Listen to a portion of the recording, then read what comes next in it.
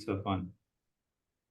Yeah, it would be fun. So welcome back to another PCBH Corner. And I was thinking about this before, Deepu. I didn't say it because I didn't want you to laugh about it. I wanted to get the genuine. It's almost like the host of Saturday Night Live, like you now on like the third. I think this is your third PCBH Corner, I believe. This is my third, Almost yeah. like, yeah, Steve Martin, I think it is, that has like the record for the most hosts at Saturday Night Live. You are the record right now for most guest appearances on a PCBH Corner. So I get a jacket. You know how Saturday Night Live. exactly, exactly. So, the one thing my mind wanted to say before one deeper, I value you so much, and just even the 10 minutes that we were talking before. I think just highlighting what I really hope this corner is about, just kind of sharing ideas, and we have some potential topics that we might want to talk about, but mostly let's just see, where this goes, where this moment takes us. And Deepu, I think most people are going to know who you are. Do you want to do a quick introduction of who you are, where you're at right now? Yeah, anything you want to go to. Yeah, I my name is Deepu George, and I'm a behavioral medicine faculty at the University of Texas Rio Grande Valley Family Medicine Department. I am a huge Ted Lasso fan, so let me just get that out of the way. And in fact, I have Ted Lasso socks on right You won't show them. You won't now. show them. Yeah, yeah. And I also had the privilege of being part of the CFHA leadership and serve as the president this year, which is kind of like an insane turn of events to be there, but I'm very happy to do it, and I learn a lot basically in that process. And yeah, so I don't know if you want me to That add was it. perfect. That was perfect. And I think just based on our conversation that we were just having, my mind says maybe starting out. You just had a editorial come out in Family Systems and Health. We were talking about that a little bit and kind of looking at the life cycle and eco cycle of integrated care and CFHA, and it was a really great editorial. And you've had, how many editorials now have you had? Is it I think this is my fifth one. fifth one? Yeah. So my mind goes a little bit, man, it goes so many different ways of what I want to ask you. Hmm. Let's go with w writing that editorial and doing kind of the history and going through that framework. Was there anything that came out that was like, oh, this was really enlightening, this was really interesting, this is something that we should all be aware of as we start to chart the course of CFHA or integrated care moving forward? Any really big points of honest or awareness that came writing that editorial? Yeah, I think one of the things I was thinking about is we are approaching 30 years this year. So 2024 is 30 years of CFHA. And from as a community, um, we are basically looking into the future, right? Like we're kind of saying somehow we made it 30 years. And I say somehow because there was some real uh, fighting moments. Like there was like fighting chances that we might not make it as an organization, right? And so And a lot of people don't know that, right? A lot of people people don't don't know. know that, and I'll Yeah. talk a little bit about that in a second. And there's some really amazing people who Hmm. just poured their heart and soul and money into this to kind of make this work. I mean, literally money poured into our system just to kind of help it survive. So for me, it was just really thinking about how do we gather the wisdom of the years that we've come across over the last 30 years, and how do we think about the future. And part of the reason I'm thinking a little bit more about that is because I think we have a consciousness as a community now to kind of pause and reflect and kind of take, a turn back and then also look forward, right? Like, can we Hmm. do both at the same time? And I think we have the community of wisdom to kind of really do that. And so I was also then beginning to take this question of, can we imagine the death of integrated care? I know that's a very provocative way of thinking I about it, like but that. I how like do that. we let go of the sacred assumptions that we hold now so that we can evolve into a more adaptable way that the future needs us to be, right? Because everything that we're working right now based on context is a response to the current context. And as we move into the future, we kind of want to adopt a template that moves with the context versus Mm. getting stuck in certain ideas into the older framing of things. So one of the things that that made me think about was, and if I can just quickly pull up a uh, Absolutely. little thing just to kind of get everybody who's listening in into a framework is, let me just show this right here. Okay, so if you can see that right there, that's basically called the eco cycle framework. And so basically start off with gestation and sowing, and there's the scarcity trap. And then you begin to think about, okay, we finally made it. We actually are born as an idea. And then we grow into our maturity over the intervening years. And then Mm. from there, you look into the future. I posit that we as a community, as CFHA, because integrated care started way back, right, like in the 1970s, and whereas CFHA is a community 30 years, how do we look into this phase where we can creatively destruct? So we're kind of plowing so that renewal can happen, so we can go through this phase all over again, versus kind of really Mm. being tied into certain assumptions and ways of thinking that might cause us to be rigid. And so that was one of the insights looking into the history. I think we have the capacity to do that. The second thing that I think about is, regardless of how you look at the history of things and how we want things to be, we as a community has evolved into uh, becoming a community of communities, as Naftali would say. Because I think there are these phases by whether it's guilds or models or Mm. ideas or certain ways of doing things may have dominated the conversation, right? And I think part of that tension has kind of gave into its better angels, I should say, where we are now functioning as a big community, where we are an inviting a tent, if you will, like a greenhouse that can kind of bring in any folks that are interested in working in the intersection of behavioral and physical health, kind of the union of it, and help making it work better, right? And Mm. kind of being passionate about that cause. Which I think, as we go into the future, to borrow your words, now we have all these models which are serving all kinds of ways of or helping people and helping health systems. But now I think, to your point, is how do we begin to think about human behavior and human Mm. potential and all of that? And so that may be our next years of conversations and evolutions as we go into that. The other person that I want to singularly point out is a person named Don Block. I know every year people see the Don Block Award. I think Patty and Kirk received it this year. Um, Don Block, man, he was a curious, bold, restless, imaginative, but deeply humble. And it's a person who had the power to gather people. And I had a chance to talk with Dr. John Rowland, who was at Chicago, and he was one of the early folks that was part of Don Block's team that basically steered CFHA into making. Mm. And what he told me was, like, since the 1980s, they had a journal, the Family Systems in Medicine Journal. Mm. And it was Don's little baby that came out of his vision. And he just brought psychiatrists and family medicine docs and nurse practitioners and nurse educators and policy people. And John said, we don't even know how we all got together. Like, we have no idea who brought us together, how, other than, Don's hand is in all of it, right?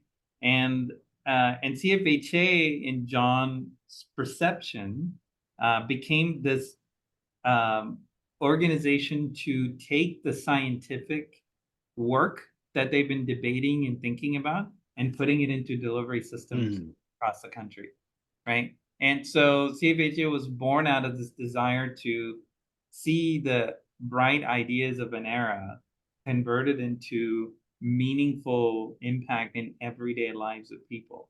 And that's how we become a community of communities as we grow at CFHA.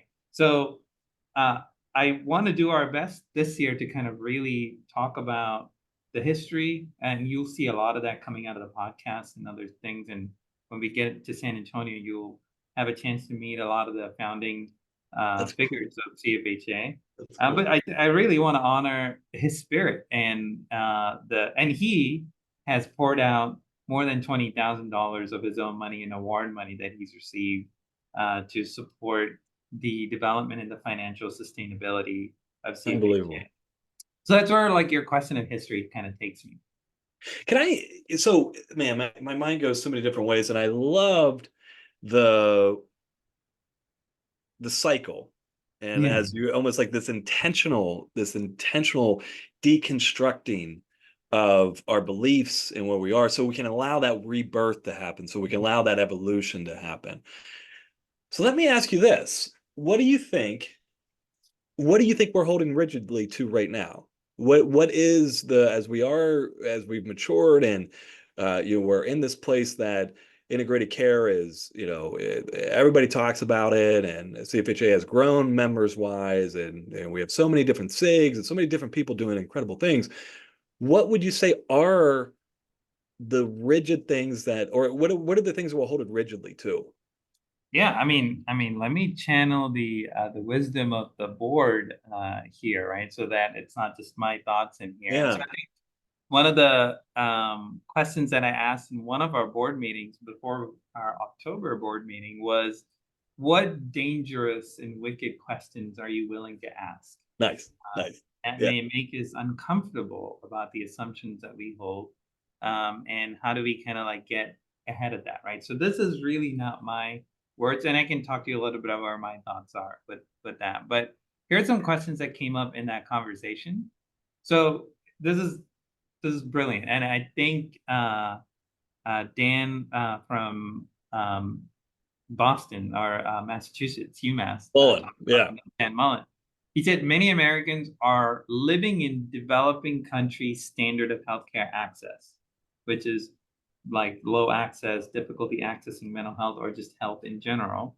Taking a realistic view that a robust investment in primary care with equitable access for all and health as a human right and public good and is worth investing in. Just let's just imagine that idea is not going to happen. Will never Yeah. happen in the US. What can we Mm. understand about the health and mental health solutions from developing nations that have worked? And how can we adapt those to the United States, right? So that's really thinking outside of anything that we do on a day-to-day basis, right? Like accessing clinical care, whether it's through clinical services like in Mm. integrated care, or now extending a little bit into the community through community health workers and other solutions. So that was one of the things. So What a brilliant way of asking the question too, right? It's like, hey, if we carry this truth out, and as much as we probably don't want to admit it, it's probably more true than what we, is that primary care is not going to get this robust investment. no, That it probably just won't. What does that mean? yeah, Yeah. Oh, I like that. yeah. And then the other question was, how can we think about healthcare beyond the walls of the clinic Hmm. to address the knowledge that 80% of healthcare outcomes are determined by social, economic, and other external determinants, and only 20% is attributed to clinical care. And so this is thinking about everything that we don't have a control over, but in this broad framework, I know all of us are restless about it, right? Like we sit with that statistic, and so in my column, I broke it to part one and part two. Hmm. Part one was tracking our history up to maturity. Part two was beginning to think beyond uh, 2024, like the next 3 to 5, 3 to 10 years, and what are the elements that we had to right size against. And one of those things that I talk about is this exact question, right? Like, Can I can I pause you?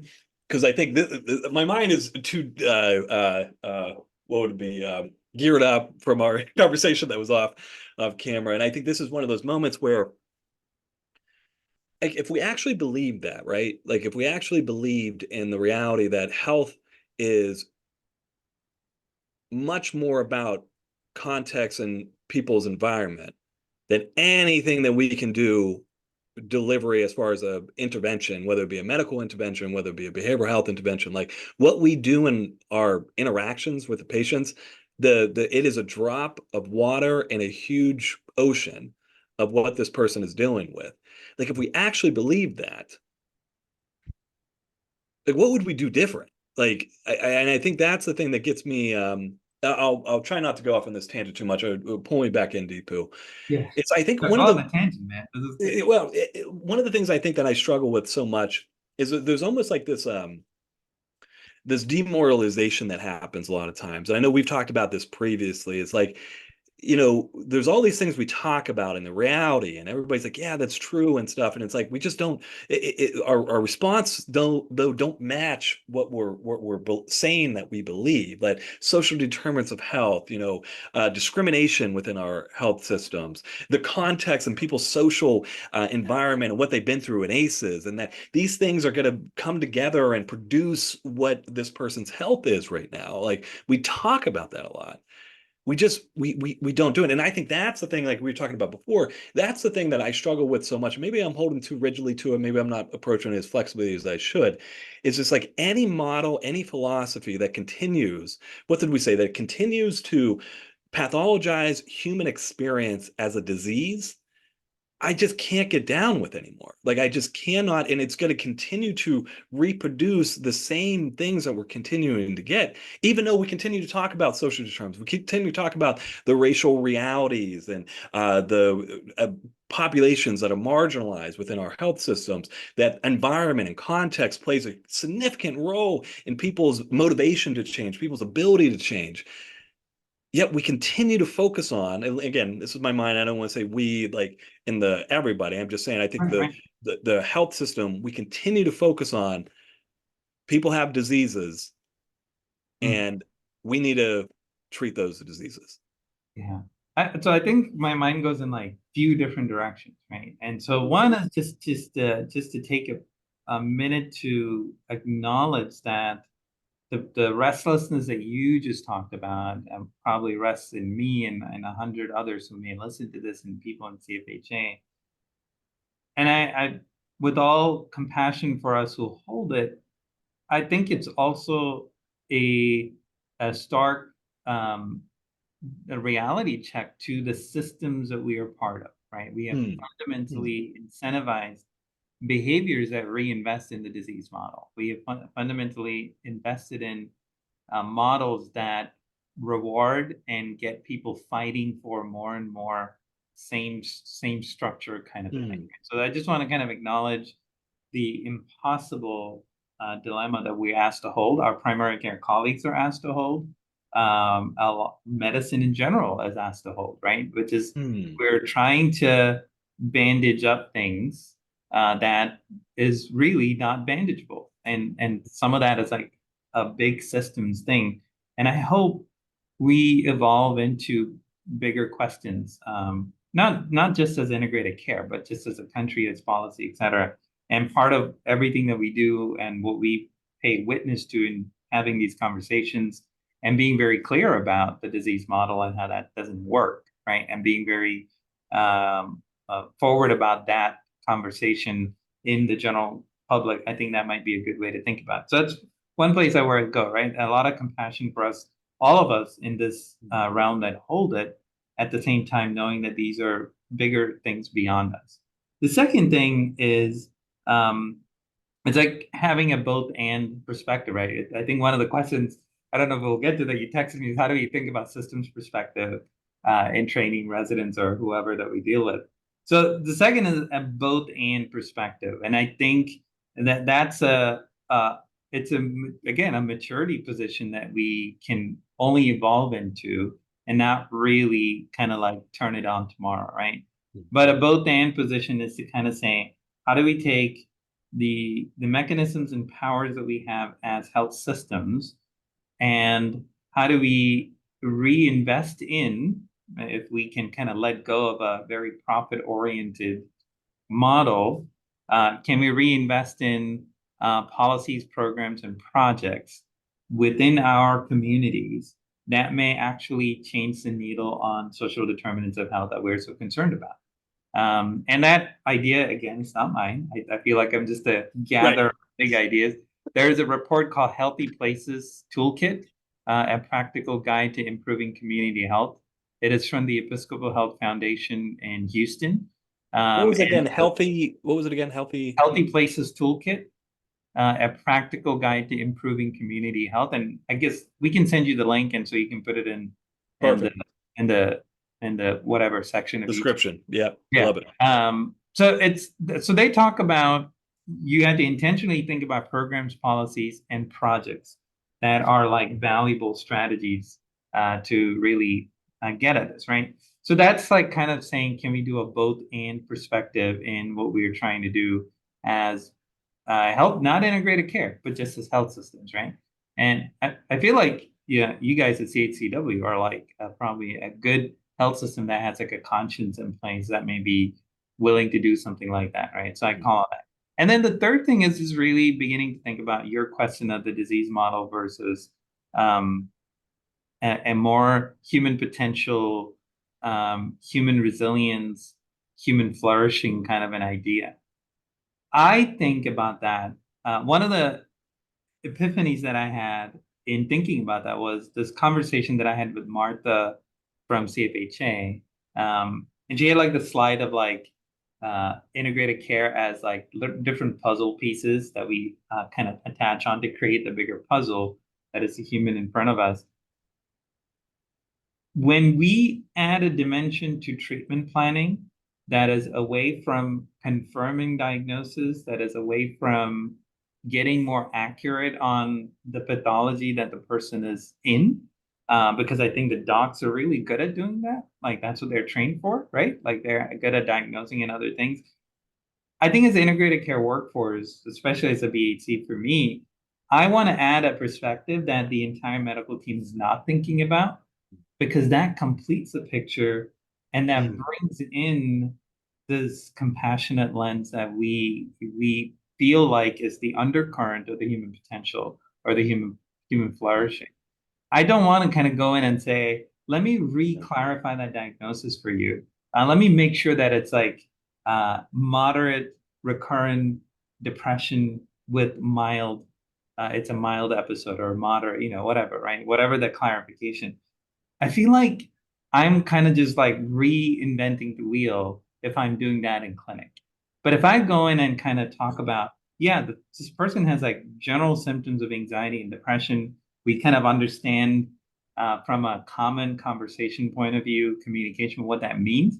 But let me give you this lens of this person's context, what he or she cares about, and how this expression of their anxiety is a distance between what they really care about and where they have unfortunately or accidentally have been spending a lot of time on, right? So the anxiety is a measure of where their values are and where they are. So if we can help them move closer to their values, we might actually see the anxiety behave in a much different way. And again, I use that word intentionally about anxiety behaving in a different way because I am not in the business of removing people's anxieties Amen. because I just simply can't do that. I'm We not know. I know. I'm not powerful enough to Correct. have this thought of like, yeah, I can kind of make this go away. When we know that they are battling Correct. the forces that we just talked about, right? So when I think about these bigger questions, one is just kind of like we are part of a system Mm. that doesn't honor this human potential, human flourishing, and hopefully that dialogue is going to change. And this goes everywhere from how payment is arranged, how value-based payments are talked about, how the healthcare is designed, how insurance companies play into it. And the second part is as health systems, it's just kind of can we do a both and perspective where we're not committed? And then the third is just like this whole debate about we as folks as part of the system, what's the piece that we really want to commit to when we are in clinical conversations every day to change behaviors and perceptions of our physicians and our patients. I remember your mind's like um lighten up like all these different conversations from the past. And one of them is like I remember Kirk saying, and we've said this a lot, he always would say, do something that no one else in your health system can do. And it's like our presence being there. I love how you said that within that third domain of, and again, it's also acknowledging like we're not taking away the diagnosing and pathology kind of No. driven disease model. Because what's interesting, again, being a functional contextualist, like I know if we would just jump into functional contextualism 100%, we would get a whole slew of other problems, right? Like we would get a whole slew of other things that would arise that we would probably need to then be like, hey, we need to have a more disease maybe mindset to help with some of those things. And that that perspective of being like, give something that allows one that no one else can do. And we talk about this a lot with our trainees, like when they're doing their PCP recs or doing their, it's like, don't regurgitate what symptoms are there. Don't regurgitate what diagnosis and whatnot. Tell them, tell the PCP and the team how they can see this person in a different light. As you said, how they can see anxiety and have a different now relational frame and different interaction with it. How does this person see the world and themselves, right? And so, and then how does that impact how we should provide care? I often think about, I was just writing some notes this morning. God, you're getting me so hyped, Deepu. I was writing some notes this morning, and there was a couple patients that were going through like significant difficulties and contextual things I just cannot imagine. And they are the most resilient freaking people on the planet, right? Like they are the best problem solvers, because if I went through a tenth of what they went through, I wouldn't be functional. And so it's that moment where it's like, I don't need to problem solve this person's problems. Like I might need to be able to create a space of support and of love and of kindness to allow them to have a moment, be like, okay, what Yeah. can I do right now? Whereas in healthcare, so often our response is like, let me tell you what you should do. Let me give Yeah. you advice. Let me do, and having that ability to convey to the PCP, it's like you might not need to problem solve with this person. If they ask for guidance, if they request it, for sure, do it up. Make sure though, we give them a space first, because they are good problem solvers. Yeah. And what that now does as far as a changing relationship with that patient, their health system, their PCP. So I loved how you said that our approach and our presence can make it both a and, that Yeah. it doesn't have to be an either or.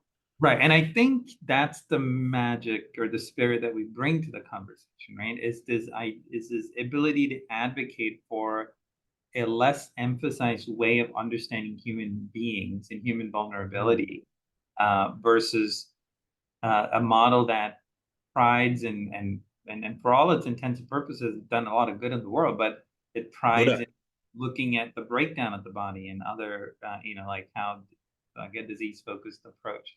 And I love that you emphasize, speaking from a functional contextual lens, we're not advocating get rid of X, right? We need the X and the Y, right? Like Right.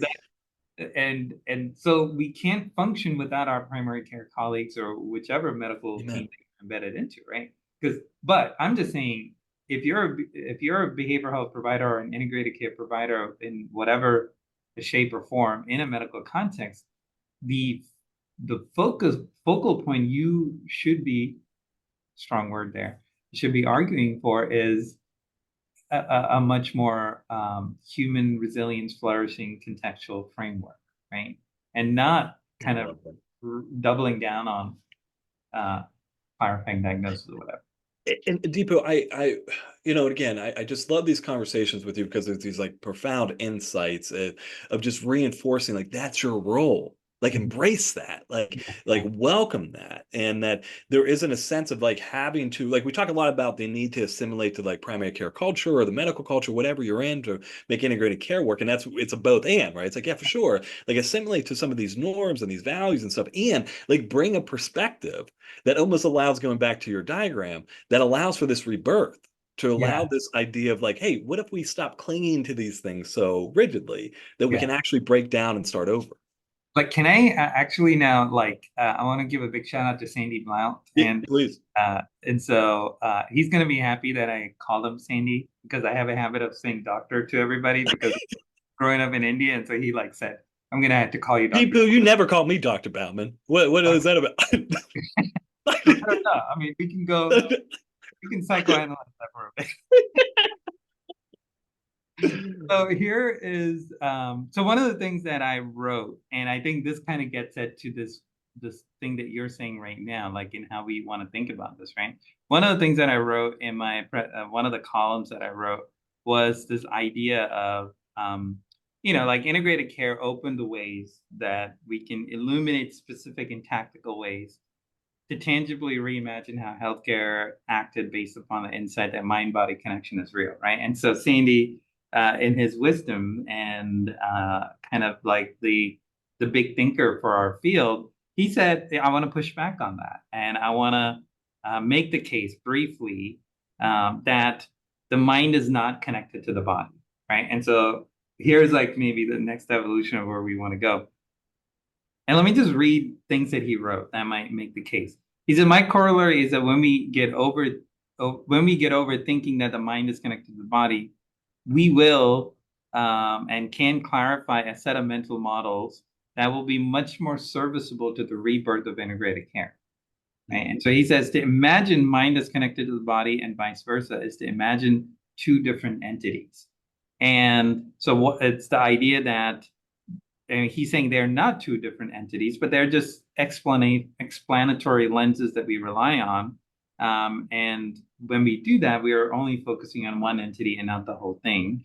And imagining that the difference is out there rather than in here in how we understand and explain ourselves as new practices that can give us a rebirth that we hope is coming. And so we're here just, in my mind, what I call that is like walk away from duality and step into non-duality, right? Which is like the sense of that there is no distinction as we are currently making it. And he says when we make a stab at what a second order systems view of explanations of human health processes, not mind or body, but we're just interested in a collection of processes that are oriented towards human health, we can open up an understanding and definitions of helping disciplines and graduate education programs that produce and sustain them, and the list goes on, right? And he says, when we are able to do that, we will then consider a push for targeted training and therapeutic measures, not therapy, for workers in primary care other than licensed mental health workers. Mm-hmm. So no more mind body, just thinking about as a collection of human health processes. And then we're now looking at a system of thinking and practice and training that doesn't respect disciplinary boundaries at all. And I know that's like a heady, uncomfortable space for a lot to think about. But when I think about what is at stake, that kind of a thinking kind of gets me really excited about the possibility of workforce development, right? We're still doing workforce development in pretty much disciplinary lines. We're blurring it when we come to integrated care and true PCBH or other kinds of training where we're all in the same space and sharing ideas, et cetera. But our field is definitely not there, right? Like Deepu, and this is where, and I've had conversations with other people about this. I get why mental health has been the fields that have answered this call for some of the realities of like, depression and anxiety and primary care being a factor of mental health system and stuff like that. I get why like our fields have been the ones to respond to it because essentially they're talking about our fields like in name. The reality though is I don't think we were the right fields. Like, I don't think we were the right fields to answer this call in a lot of ways because of the way that, as you said, we were trained, the way we were meant to see things in a certain way that we do make like even when you start to think about like how much we separate out like substance use from mental health in a way, like we intentionally do that as fields. So we separate those two things out. So it's not even the mind body being separated out. There's now like within a group, there's even a deeper distinguishing. And it's an interesting thing. Like when we really look at it of what we want the outcome to be, I don't know if we were the fields that were. And you know what else is interesting, bro? As you were saying that, my mind goes, and I don't even know if we do PCBH anymore. I know we label all of our stuff primary care behavioral health, and we put all hey, we're on a PCBH corner and stuff. But Bridget and I, we talk about this regularly. It's like I don't know if we do PCBH anymore. In a way of our goal is striving to do primary care, to be healthcare. And actually, our CEO, just when she was talking to our applicants for our internship, she's like, I see you all not as behavioral health providers, I see you as primary care providers. And that's an interesting kind of mix of like, we're no longer separating these people out, that this one person's a behavioral health person, this one is a primary care person. It's like, you are primary care or whatever system you're in. Yeah. No, and I think that's the kind of disciplinary blinding and boundaries elimination that I think Sandy is talking about, right? It's this idea that can we put people in context, like primary, he says, if primary care takes seriously its potential as the primary training environment for its future workforce and only uses the academy when absolutely necessary, and then only uses cooperating linked programs, the academy might actually evolve in some locations to meet the needs defined or defined for the stream of customers coming from primary care, right? So he's just basically kind of saying what you're kind of edging on, right? Which is the idea that we are evolving, you are definitely in your thinking and practice evolving into this idea that we benefited from this structure of PCBH. But the more we do it, the more we are in the trenches with our colleagues, we're realizing that we're taking this a mile farther, right? And or a couple of miles farther than where we came from. And I think that's just natural part of the evolution that we are living into. And the only way to do it is to stay honest to the work that we do and be in the trenches. Like we can't imagine this from like an armchair perspective, right? Unless you're like in the trenches, like doing this work every day, then you move into these insights of what you're talking about and what I'm thinking about what Sandy's talking about.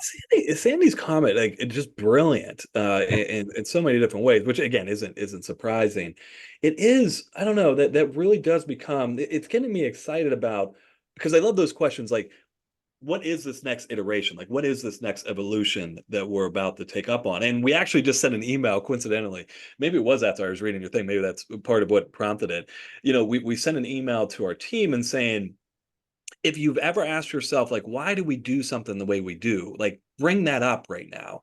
Because honestly, it's probably based on something that we just did that served a function in a context maybe years ago that isn't the same context, nor does it serve the same function anymore. Right. And that constant want to like be like, do we need to almost like blow this up again? You know, Yeah. how do we do this in a way so we are constantly evolving and iterating to make sure that any behavior that we're doing now is still serving a purpose and a function within the context that we're in right now.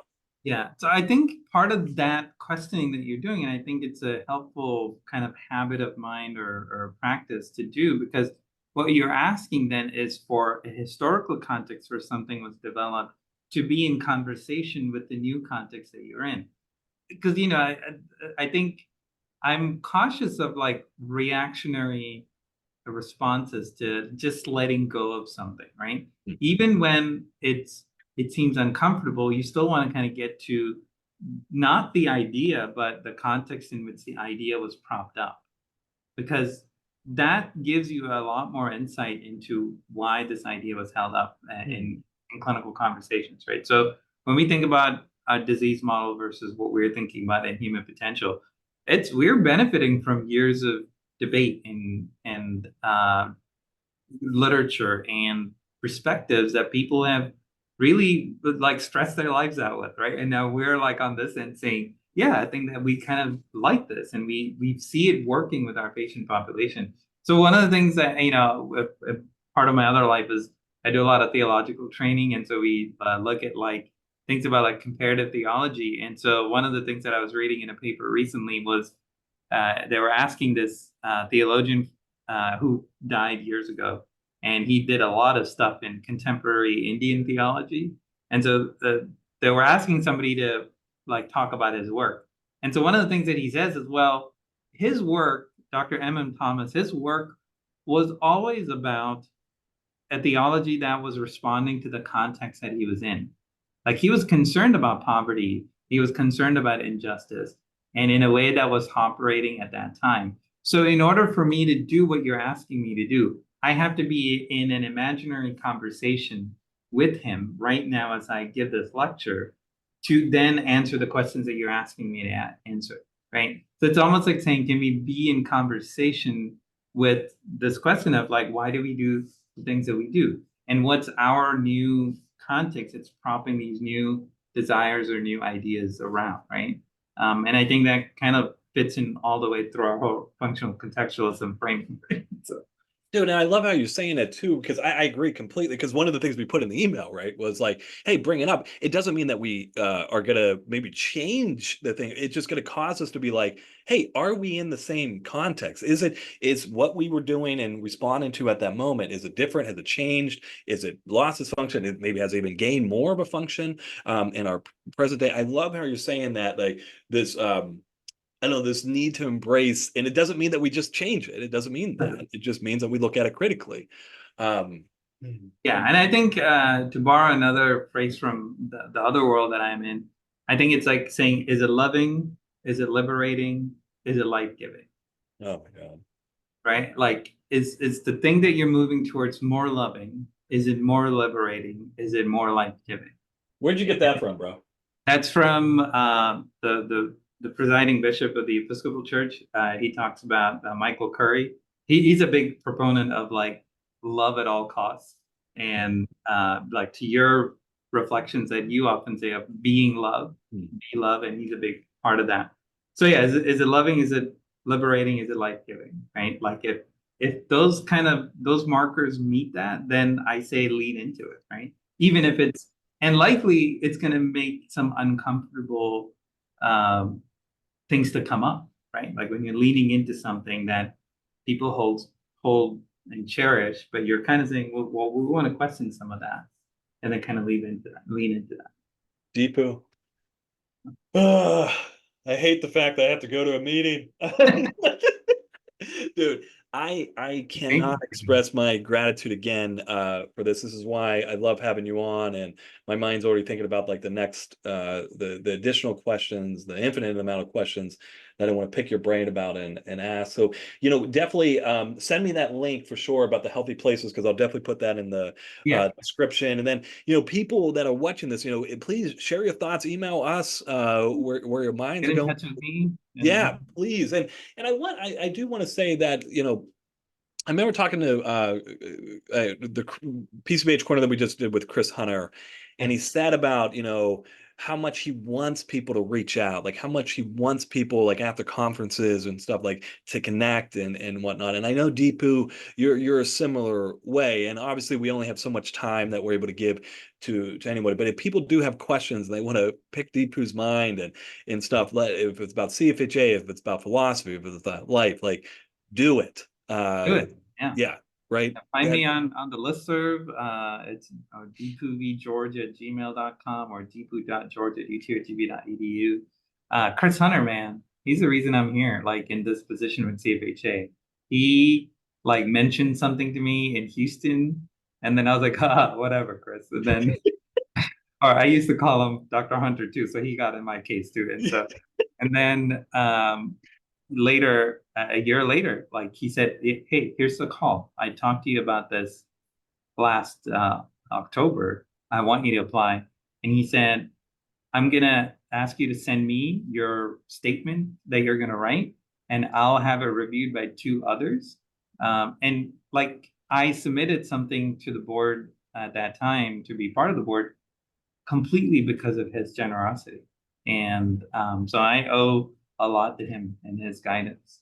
Dude, I love that story so, so much. So again, Deepu, I appreciate you, man. As always, Thank we you. love you and thank you for being here. And yeah, till next time, as always, thanks for people for watching. Please let us know where people's minds go. But thanks as always for stopping by. All right, brother.